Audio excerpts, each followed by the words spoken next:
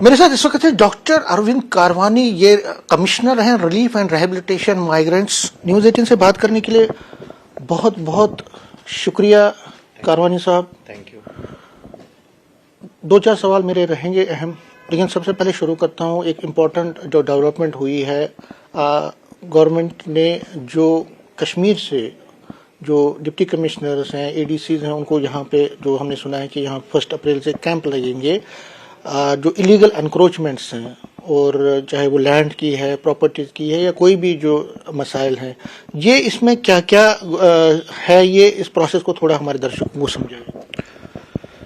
इसमें मैं ये कहूँगा कि जो गवर्नमेंट का फोकस है, इमूवेबल प्रॉपर्टीज़ जो कश्मीरी माइग्रेंट्स की, जो कश्मीर में उन्हें छोड़ी है properties at the time of migration, उनके रिलेटेड बहुत सारे ग्रीवेंसेस हैं। कोई एनक्रोचमेंट का ग्रीवेंस है, या कहीं ये ग्रीवेंस है कि वहाँ पे रेवेन्यू रिकॉर्ड्स में कहीं टैंपरिंग हुई, या मौके पे कोई भी, मतलब बहुत सारे ऐसे इश्यूज हैं, अलग अलग नौइयत के जो कंप्लेंट्स हैं। इसमें मैं ये कहूँगा कि इसके लिए गवर्नमेंट ने रिसेंटली एक ओवरसाइट स्टीयरिंग कमेटी बनाई। 15 जनवरी को इसमें गवर्नमेंट ऑर्डर हुआ। जो committee headed by home secretary साहब है, और इसमें रिलीफ कमिश्नर जो है वो मेंबर सेक्रेटरी है। इसमें डिविजनल कमिश्नर, आईजीपी कश्मीर और सभी डीसीज और एसएसपी जो है मेंबर है। इसमें जो सिस्टम इन प्लेस है कंप्लेंट रेजोल्यूशन का, तो इस ओवरसाइट स्टीयरिंग कमेटी का ये है कि जो ये कंप्लेंट्स है, इनका क्वालिटी डिस्पोजल होना चाहिए। जो माइग्रेंट है, एक जो कंप्लेनेंट है, उसके ग्रीवेंस का प्रॉपरली रेजोल्यूशन हो और उसको पता चले। इसमें पिछले 1-1.5 साल में हमने और भी कई चीज़ें जो है इसमें इम्प्रूव की। जैसे जो ऑनलाइन पोर्टल है, जो पिछले लगभग 4 साल से चल रहा है, उसमें माइग्रेंट्स का जनरली ये होता था कि जब ये क्लोजर हो रहा है कंप्लेंट का, तो हमें पता नहीं चलता कि किस बेसिस पे क्लोजर हुआ, या हमारे कमेंट्स नहीं आते। एक तो हमने इसमें ये फीचर ऐड करवाया कि अब बिफोर क्लोजर जो डीसी अपने रिपोर्ट देते हैं क्लोजर के लिए, उसके बाद माइग्रेंट को एक विंडो ओपन होती है वहाँ पे, और वो उस पर अपने कमेंट्स दे सकते हैं कि अगर वो सेटिस्फाइड नहीं है किस वजह से। और उसमें हमने एसएमएस अलर्ट भी रखा है। उसको एक एसएमएस आ जाता है कि भाई आपके पोर्टल में ये आया है, अगर आप सेटिस्फाइड नहीं हैं तो आप अपना रेस्पॉन्स इसमें दे। वो अपने सपोर्ट में कोई डॉक्यूमेंट भी लगा सकते हैं, अपने जो उनके कमेंट्स हैं उसमें कर सकते हैं, ताकि फाइनल क्लोजर से पहले हम देखें कि वो सेटिस्फाइड है या नहीं है। ओवरसाइट स्टीयरिंग कमेटी ने रिसेंटली जो मीटिंग की, उसमें बहुत सारे डिसीजंस लिए गए। एक तो पहले कि क्वालिटी ऑफ डिस्पोजल जो है कंप्लेंट्स का अच्छा होना चाहिए। जो इन्वेस्टिगेशन है, जहां पुलिस के इश्यूज हैं, उसमें इन्वेस्टिगेशन प्रॉपर होनी चाहिए। और जो ऑफलाइन कंप्लेंट्स को जाती है, वो भी इंटीग्रेट होके इस पोर्टल के साथ आ जाए, ताकि वन स्टेप सोल्यूशन, मतलब एक ही प्लेटफॉर्म पे सारे कंप्लेंट्स आ जाएं। और इस कमेटी ने एक और डिसीजन लिया रिसेंटली कि इसमें जो कंसर्न नोडल ऑफिसर्स हैं, एडिशनल डिप्टी कमिश्नर्स जो हर डिस्ट्रिक्ट के नोडल ऑफिसर हैं, उसमें वो कैंप करेंगे। जम्मू में आएंगे, आउटरीच कैंप करेंगे। यहाँ पर हमारे ऑफिस में हर डिस्ट्रिक्ट का एक डिविजनल कमिश्नर साहब ने उसमें एक प्रॉपरली शेड्यूल बनाया है कि किस किस डिस्ट्रिक्ट के कौन कौन से जो ऑफिसर्स हैं आएंगे अलॉन्ग विद देयर टीम। और यहाँ पर हम फैसिलिटेट करेंगे कि जो ग्रीवेंस है उसका रिड्रेसल जो मौके पर हो सकता है वो मौके पर हो जाएगा, या फिर वो जाके वहाँ पर कंसर्न डिस्ट्रिक्ट में उसको देखेंगे। और मैं ये कहूँगा कि it's not one time only, एक बार, सिर्फ एक बार के लिए नहीं आउटरीच, ये फ्रीक्वेंटली, प्रेफरेबली क्वार्टरली इस पे होते रहेंगे ऐसे कैंप्स, ताकि लोगों के जो जनरल यही कंप्लेंट्स ही नहीं, बहुत सारे ऐसे इश्यूज है जहाँ पे लोगों को रेवेन्यू मैटर्स की ज़रूरत होती है। वहाँ पे कहीं म्यूटेशन लैंड की करानी है, कहीं इवन लीगल हायर सर्टिफिकेट है, ऐसे इश्यूज जो रेवेन्यू, क्योंकि वो वहाँ पे नहीं रहते हैं, उनका इजाला करने के लिए यहाँ पे जो रेवेन्यू ऑफिसर्स यहीं पर मौजूद हो उस टाइम में कैंप करेंगे, इश्यूज को रिजॉल्व करेंगे। और इसमें जैसे कल भी चीफ सेक्रेटरी साहब ने इसमें डिटेल मीटिंग ली, और भी इश्यूज थे। ये भी एक उसमें पॉइंट था कि जो क्वालिटी डिस्पोजल होना चाहिए, सेटिस्फेक्शन टू द माइग्रेंट्स, और यहाँ से भी टीम्स ना सिर्फ वहाँ से आउटरीच के लिए इधर आ जाएंगे, बल्कि यहाँ से भी ऑफिसर जाके वहाँ कोऑर्डिनेट करेंगे और रेजोल्यूशन कोशिश करेंगे, ग्राउंड लेवल पर कोऑर्डिनेशन करेंगे। जो ये टीम्स आएगी, जो एक प्रोसेस अब 1 अप्रैल से हम कह सकते हैं कि दैट विल स्टार्ट, तो इसमें जो फोकस, क्या ये फोकस रहेगा कि जितने भी केसेस हैं, कंप्लेंट्स हैं, उनका टाइमली डिस्पोजल हो? ऐसा क्या होता है कि वो आएंगे या एप्लीकेंट देते हैं, हालांकि कई जगहों पे रिट्रीव हुआ है लीगल एनक्रोचमेंट, लेकिन कई जगहों पे अभी भी बहुत टाइम से लोग जो है फाइट कर रहे हैं, लेकिन अभी हो नहीं पा रहा है। तो क्या एक टाइमली डिस्पोजल होगा जितने भी कंप्लेंट्स हैं, केसेस हैं? इसीलिए देखिए बहुत सारे स्टेप्स हम ले रहे हैं इसको रिजोल्यूट करने के लिए। इस वक्त जैसे हमारे कोई 11,000 से ज़्यादा कंप्लेंट्स हैं सभी डिस्ट्रिक्ट को मिला के, तो हमारी कोशिश है कि टाइम बाउंड तरीके से हो और एक प्रोसीजर है के तहत इसको टाइम बाउंड तरीके से डिस्पोजल हो। और ये आउटरीच कैंप्स का अगर स्पेसिफिक मैं रेफरेंस दे दूं, ये इसीलिए हैं कि यहाँ पे मौके पर जो इशू उनके होंगे, वो अपने पेपर्स दिखाना चाहते हैं, अपना पॉइंट ऑफ व्यू वहाँ पर उनके सामने रखना चाहते हैं, वो बिल्कुल सामने रखें। और रूटीन रेवेन्यू मैटर्स ऑल्सो, जो उनके रूटीन कोई वहाँ पर काम है ऐसा जो नॉर्मली वो वहाँ पर जाके नहीं कर पा रहे हैं, तो उसके लिए भी रेजोल्यूशन के लिए ये यहाँ पर करेंगे और इसको फ्रिक्वेंटली मॉनिटर करेगी। जो हमारी जो ओवरसाइट स्टीयरिंग कमेटी है, ये स्टीयरिंग कमेटी का रोल यही है कि वो देखें कि अलॉन्ग विद द एजेंसीज, चाहे वो डिस्ट्रिक्ट के डीसी साहब हो या कंसर्न एसएसपी साहब हो, उन सभी के वहाँ पे कैसे इजाला हो रहा है, उसको कमेटी ओवरऑल उसका जायजा लेगी और उसको फ्रिक्वेंटली रिव्यू करेगी। आपने ये भी पॉइंट कहा कि एक रेगुलर मैकेनिज्म रहेगा। क्या हम ये माने कि ये एक ट्रेंड शुरू हुआ है, एक प्रोसेस शुरू है जो अब चलता रहेगा आगे भी? बिल्कुल, मैंने कहा कि क्वार्टरली बेस पे हमारी कोशिश है कि हर 3 महीने बाद वो टीम्स यहाँ पे आ जाएं और अपने अपने डिस्ट्रिक्ट के जो इश्यूज होंगे, जो काफ़ी डिमांड थी माइग्रेंट्स की तरफ से कि हम वहाँ पर जा नहीं पाते, एक्सेस नहीं हो पाता, तो ऑफिसर्स ही यहाँ पे और वो फुल टाइम अवेलेबल होंगे। इसमें एक कानूनी साहब लीगल हर्डल्स भी आ जाती हैं, जैसे अगर आप कहीं पे रिट्रीव करेंगे कल, वो कोर्ट में चले जाते हैं, इसमें लीगल एस्पेक्ट भी एक इम्पोर्टेंट कंपोनेंट रहता है। तो ये कैसे हम माने कि जो लीगल इश्यूज हैं उनको एड्रेस टाइमली किया जाए, because that is up to court to decide, तो उसमें तो प्रॉब्लम रहेगी।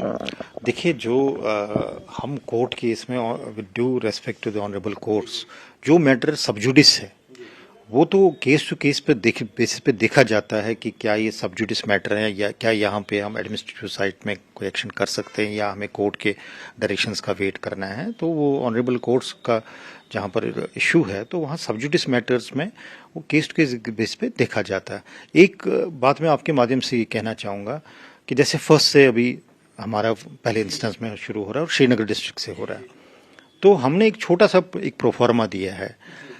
उसमें हमने ज़्यादा डिटेल नहीं मांगी है, हमने सिंपल कहा कि आप अपना नाम बता दीजिए, वैली का कौन सा डिस्ट्रिक्ट है आपका, अपना प्रेजेंट कॉन्टैक्ट नंबर और डिटेल्स दे दीजिए और जिस्ट दे दीजिए 2-3 लाइंस में कि आपकी ग्रीवेंस क्या है, ताकि हम हफ्ता पहले वो वहाँ के डिस्ट्रिक्ट के साथ टेकअप करेंगे। जैसे मान लीजिए कि हमें श्रीनगर के 100 आते हैं, तो हम 1 हफ्ता पहले उनको दे देंगे, वो भी प्रिपेयर्ड आएंगे, क्योंकि तभी क्वालिटी डिस्पोजल। अदरवाइज क्या होगा कि अगर आप उसी दिन आएंगे, बहुत सारे पेपर्स वो ओवरबर्डन्ड हो जाएंगे। और हम चाहते हैं कि जो 2-3 दिन जो यहाँ पर टीम हो उसमें वो विद प्रिपरेशन आ जाए। तो सभी से मेरी यही गुजारिश होगी कि जो हमने प्रोफार्मा दिया है और हमने गुजारिश की कि जिस डिस्ट्रिक्ट का जिस डेट को है उसे 1 हफ्ता पहले आप वो हमारे साथ इन्फॉर्मेशन शेयर करें। वो कंसर्न जोन में दे दें आप, या हेड ऑफिस में दे दें, या हमारे मेल में डाल दें कि हम इस दिन आना चाहते हैं, इस डिस्ट्रिक्ट से हैं और ये हमारी ग्रीवेंस है, ताकि हम इसको, और आईडी अगर ऑनलाइन एप्लीकेशन है तो उसका आईडी नंबर दे देंगे, वहाँ से टीम प्रिपेयर होकर यहाँ पे आ जाएगी। सर, एक और इम्पोर्टेंट इशू है जिसपे बहुत हम चर्चा है कश्मीरी माइग्रेंट्स में, वो है नेशनल फूड सिक्योरिटी एक्ट का। लगातार हमने कई बार आपसे उस पर बात की, आपने क्लेरिफिकेशन भी दी है, लेकिन कहीं ना कहीं अप्रहेंशंस बहुत है। अप्रहेंशंस ये हैं कि एक कोशिश है एक ट्रैप किया जा रहा है कश्मीरी माइग्रेंट को, उसकी माइग्रेशन को ख़त्म करने की कोशिश की जा रही है। और जिस तरह के प्रोविजन इसमें है वो कश्मीरी माइग्रेंट, कुछ लोग ये कहते हैं कि ये उस दिशा में चल रहा है कि हमें भी जनरल कैटेगरी में डाल के माइग्रेशन का स्टेटस ही ख़त्म किया जाएगा, क्योंकि इसमें एक प्रोविजन वो ये कहते हैं कि वेलफेयर जो माइग्रेंट स्टेटस से शिफ्ट होके ये वेलफेयर स्टेटस की तरफ बढ़ रहा है। इसमें मुझे लगता है कि बहुत ज़्यादा बात हुई है। हमने कोई दर्जनों इसमें नोटिफिकेशन निकाले, इंफॉर्मेशन डिपार्टमेंट के थ्रू, रेडियो में, टीवी में बताया। और मैं समझता हूँ कि मैक्सिमम लोग, हो सकता है कुछ गिने चुने कुछ लोगों को अगर क्लियर नहीं है, उनको हम समझाएंगे भी। अगर वो अप्रोच करते हैं या हमारे इसको प्रोग्राम को सुनेंगे तो उनको पर्टिकुलरली एड्रेस करके मैं इसमें ये कहूँगा कि पहले जो कह रहे हैं कि माइग्रेंट स्टेटस पर फ़र्क पड़ेगा, ये जो अप्रहेंशन है, गवर्नमेंट जो बात करती है वो पब्लिक डोमेन में नोटिफिकेशन के ज़रिए आता है या गवर्नमेंट ऑर्डर के ज़रिए आता है या कहीं सर्कुलर के ज़रिए आता है। नोटिफिकेशन जो है प्रॉपरली एक स्टैट्यूटरी एक इंफॉर्मेशन होती है, एक डिसीजन होता है गवर्नमेंट का। तो इसमें जब नोटिफिकेशन इशू हुई फूड सिविल सप्लाईज डिपार्टमेंट में, और इसमें उस वक्त 2024 की बात है, ऑनरेबल एलजी साहब के अप्रूवल से प्रॉपरली लॉ डिपार्टमेंट, और नोटिफिकेशन जब निकलता है तो लॉ डिपार्टमेंट के अप्रूवल से निकलता है, सभी डिपार्टमेंट्स को कॉन्फिडेंस में लेने के बाद ये निकलता है। दूसरा, जो फूड सिविल सप्लाईज डिपार्टमेंट है, उनकी अभी स्कीम आई है 5 मार्च को, जो स्पेशल राशन स्कीम उन्होंने बनाई, उसमें भी वाज़ेह है और रेफरेंस है department of disaster management relief and rehabilitation, जो एडमिनिस्ट्रेटिव डिपार्टमेंट है रिलीफ ऑर्गेनाइजेशन का, उन्होंने भी जो गवर्नमेंट ऑर्डर पिछले साल निकाला, और उसमें ये शुरू ही इसी लाइन से होता है। यहाँ से क्लियर होगा, यहीं से ये होता है कि to enable the Kashmiri and Jammu migrants, पहली बात तो ये सिर्फ कश्मीरी माइग्रेंट्स के लिए है, जम्मू माइग्रेंट्स के लिए भी है, to enable Kashmiri and Jammu migrants जिनको अभी तक सोशल सेक्टर स्कीम्स का बेनिफिट नहीं मिल पा रहा था, नफसा के साथ इंटीग्रेशन करने से उनको रिलीफ बेनिफिट्स तो है ही है। एक तो मैं ये वाज़ेह कर लूँ यहाँ पे कि कई लोग ये भी कन्फ्यूजन की कोशिश करते हैं कहने के लिए, पता नहीं रिलीफ बेनिफिट्स किसी कैटेगरी को नहीं मिलेंगे, किसी को नहीं। वही देखिए, इसमें जो मैं आपकी बात उसमें थोड़ा मैं इसमें जो कैटेगरीज आपने की है, जो एक तो प्रायोरिटी हाउस होल्ड है और नॉन प्रायोरिटी हाउस होल्ड है, उसमें भी वो लोग अप्रहेंशन करते हैं कि जो क्लासिफिकेशन की है कैटेगरीज की, उसमें फिर आगे चल के फिलहाल तो आप बेनिफिट्स दे रहे हैं, लेकिन कल वो बेनिफिट्स बंद होंगे और फिर जो है ये कहा जाएगा कि इसमें स्कीम्स में आप फ़ायदा उठा रहे हैं तो आपकी माइग्रेशन स्टेटस उधर से। नहीं, ये बेबुनियाद रूमर्स है। अगर आप ये स्कीम की देखेंगे जो फूड सिविल सप्लाईज डिपार्टमेंट ने in consultation with administrative department of relief organisation जो निकाला है, उसमें क्लियर है कि जो रिलीफ राशन कार्ड होल्डर्स हैं, उनकी चाहे जो मर्जी कैटेगरी हो, चाहे वो पीएचएच हो, एनपीएचएच हो या स्पेशल कैटेगरी हो, उनको फ्री राशन जो मिलता था, जो स्केल मिलता था, वैसे मिलेगा और माइग्रेंट स्टेटस में भी कोई असर नहीं पड़ेगा। ये लेटेस्ट ऑर्डर जो 5 मार्च का, इससे पहले पिछले साल मई में DMRRR ने ऑर्डर निकाला और time to time repeated notifications निकले हैं इस पे। तो ये बिल्कुल बेबुनियाद है और मुझे लगता है कि हो सकता है चंद लोग ये जानबूझ के कुछ रिमर्स पब्लिक को मिसलीड कर रहे हो। तो मैं ये कहूँगा कि अगर किसी को क्लियर नहीं है तो वो हमारे पास आए और उनको क्लियर कर देंगे इस चीज़ को। बिल्कुल कोई ऐसा ये नहीं है, गवर्नमेंट कभी इस इंटेंशन से नहीं, लोगों के वेलफेयर के लिए काम करते हैं। और आपको जब आप गवर्नमेंट ऑर्डर पढ़ेंगे DMRRR का या जो अभी स्पेशल राशन स्कीम है, तो उसमें तो क्लियर है कि इन स्कीम्स का बेनिफिट एक्सटेंड करने के लिए जो आज तक वंचित थे 35 साल से, जो कश्मीरी माइग्रेंट को नहीं मिल रहा था या जम्मू माइग्रेंट को जो बेनिफिट नहीं मिल रहा था क्योंकि उनके राशन कार्ड्स कैटेगराइज नहीं थे। तो और ये देख लीजिए कि अभी तक हम शुरुआत में ही हमने 319 लोगों को डिफरेंट पेंशन स्कीम्स का बेनिफिट दिया है और आगे जो हमारा टारगेट है, जैसे कश्मीरी माइग्रेंट्स का ही अभी तक जितनी इंटीग्रेशन हुई तो 3,500 लगभग आइडेंटिफाई हुए हैं जिनको हम टारगेट कर रहे हैं सोशल सेक्टर स्कीम्स का, 3,500 फैमिलीज। तो एक्सटेंड बेनिफिट होंगे अल्टीमेटली। वही अप्रेंशंस तो वही है कि कल जाके ये कहेंगे कि गवर्नमेंट ये कह सकती है कि आपको जो है बेनिफिट्स मिल रहे हैं, चाहे लाडली बेटी है, चाहे पेंशन स्कीम है, चाहे जो आम लोगों को, बाकी लोगों को भी मिल रहे हैं। और इसी दौरान जो है आपका जो असली स्टेटस है, माइग्रेंट स्टेटस है, वो खत्म किया जाएगा। ये बड़ा अप्रहेंशन सर, लोग लगातार हमसे संपर्क करते हैं और पूछते हैं, कहते हैं कि आपसे पूछे। मैं आपके माध्यम से उनको ये गुजारिश करूंगा कि वो गवर्नमेंट ऑर्डर जो लेटेस्ट स्पेशल राशन स्कीम निकली है या उससे पहले गवर्नमेंट ऑर्डर निकला है या नोटिफिकेशन निकले हैं, उनको अच्छे से पढ़ लें और समझ लें।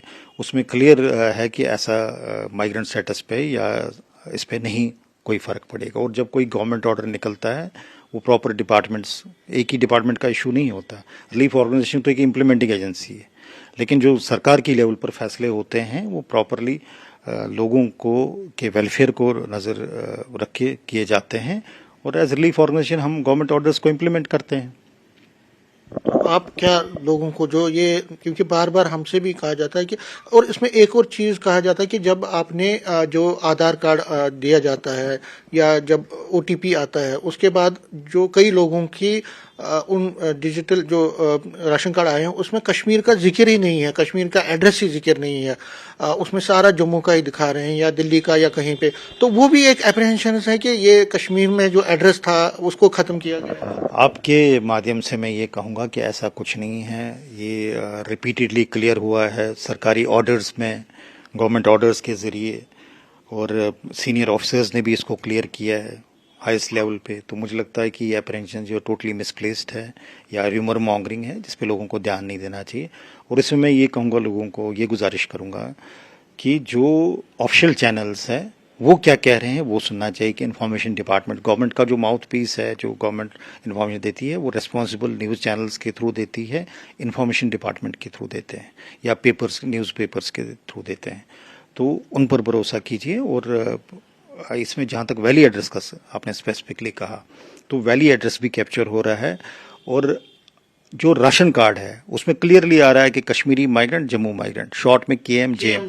केएम पे कई लोग कंफ्यूज भी हैं कि ये केएम क्या है। शॉर्ट फॉर्म में है। देखिए, जो आपके सामने एक पेपर आ रहा है, कोई भी जब वेबसाइट है उसके पीछे अगर जो एक बैकएंड पर काम हो रहा है, पूरा क्यों नहीं लिखा उसमें कश्मीरी माइग्रेंट लिखा?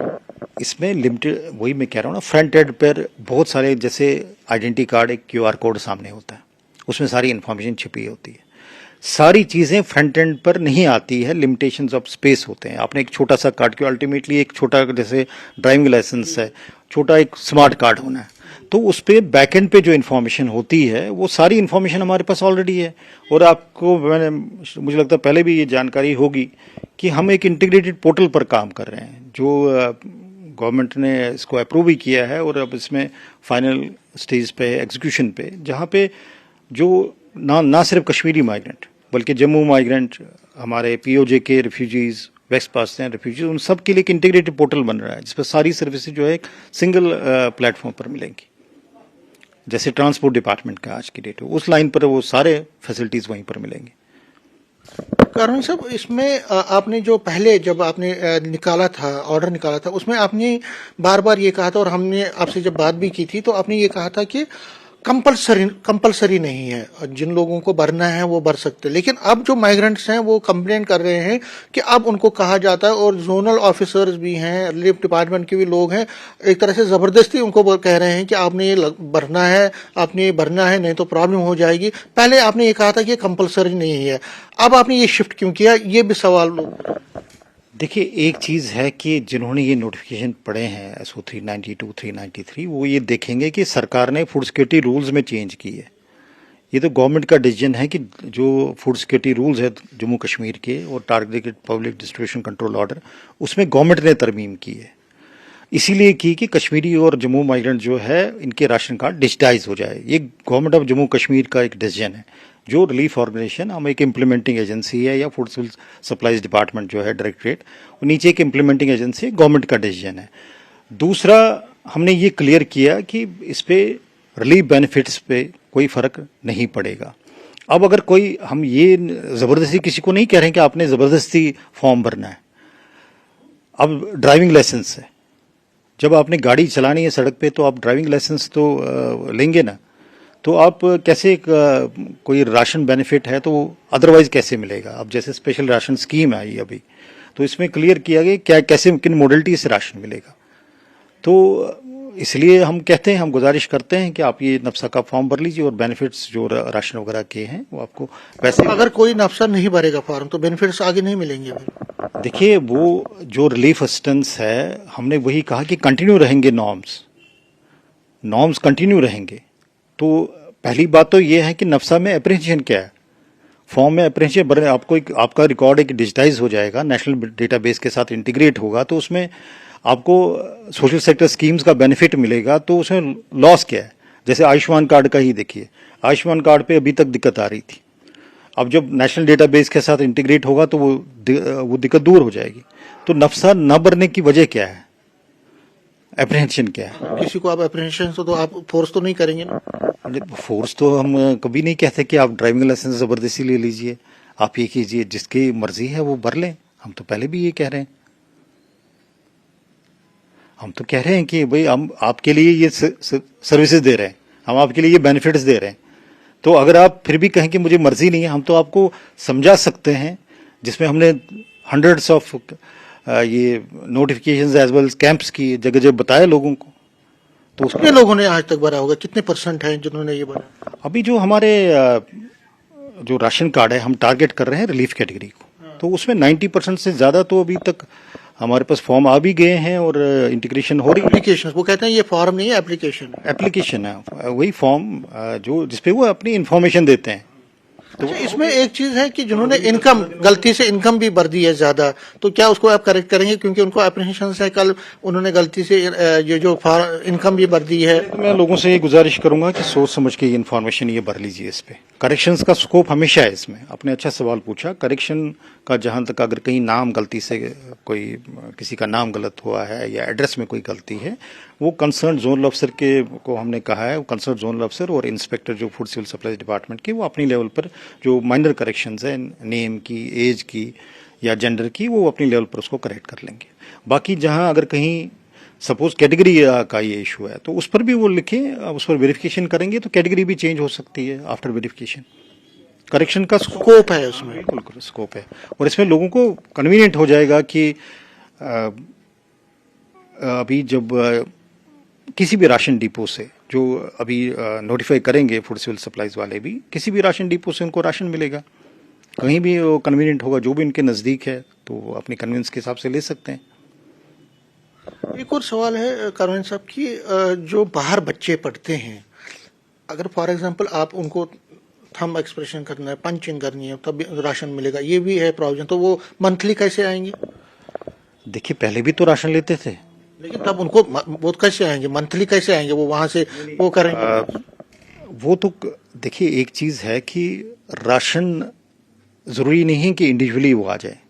जो एक फैमिली है, फैमिली में कोई एक बंदा भी उसमें ले सकता है, उस फैमिली में जो कार्ड में जो रजिस्टर्ड है, कोई भी ले सकता है। जरूरी नहीं कि हर मेंबर को आके राशन लेना है। पहली बात तो ये है। और दूसरा, इसमें जो काफ़ी रिप्रेजेंटेशन हमारे पास आई भी थी कि कुछ कैश इन ल्यू का, कि हमें इसके इक्विवेलेंट कैश में अगर मिल जाए, तो वो भी जो रिप्रेजेंटेशन आई है वो हमने गवर्नमेंट को भेजी है और वो भी ज़ेर गौर है वहाँ पे, उस पर भी थॉट चल रहा है गवर्नमेंट में। आप उसको एक्सप्लोर कर रहे हैं उस ऑप्शन को कि अगर कंसिडरेशन में है, क्योंकि हमारे पास काफ़ी रिप्रेजेंटेशन इस पर आई थी और हमने गवर्नमेंट के साथ इसको टेकअप किया। लास्ट में एक बार फिर, क्योंकि ये बार बार हमसे भी कहा जाता है कि आपसे पूछें, अश्योर क्या करते हैं कि कोई भी डिफिकल्टी नहीं है इस फॉर्म, इस एप्लीकेशन को भरने में, माइग्रेंट स्टेटस कंटिन्यू रहेगा और ये कोई ट्रैप नहीं है, क्या ये एश्योरेंस फिर कारवाई सब देगा? पहली बात तो ट्रैप वर्ड ही गलत है, क्योंकि जब गवर्नमेंट ने काम करना होता है वो गवर्नमेंट ऑर्डर के जरिए, नोटिफिकेशन के जरिए, सर्कुलर्स के जरिए, पब्लिक नोटिस के जरिए काम करते हैं। तो हम कोई प्राइवेट एजेंसी तो नहीं है कि हम हाइडिंग में काम करेंगे। जब गवर्नमेंट ऑर्डर निकालता है या नोटिफिकेशन निकालता है, फुल रिस्पॉन्सिबिलिटी में और सभी डिपार्टमेंट्स का होता है। और नीचे एग्जीक्यूशन के लिए जैसे रिलीफ ऑर्गेनाइजेशन है, director food civil supply Jammu या कश्मीर है, हम एग्जीक्यूट करते हैं गवर्नमेंट की जो पॉलिसीज होती है। तो गवर्नमेंट भी बड़े सोच समझ के जो लोगों के वेलफेयर के लिए स्टेप्स लेते हैं। पहली बात तो ये ट्रैप वगैरह अगर कोई कह रहा है तो ये बिल्कुल र्यूमर मॉन्गरिंग है। मैं फिर से ये रिट्रेट करूंगा कि आप ऑफिशियल चैनल्स जो डिपार्टमेंट के हैं, गवर्नमेंट के चैनल्स हैं, उनको उन पर रिलाई कर लीजिए और जो रिस्पॉन्सिबल न्यूज़ चैनल्स हैं उनको सुन लीजिए। न्यूज़ 18 से बात करने के लिए बहुत बहुत शुक्रिया। कैमरामैन चांद के साथ में समीर भट्ट, न्यूज़ 18 जम्मू।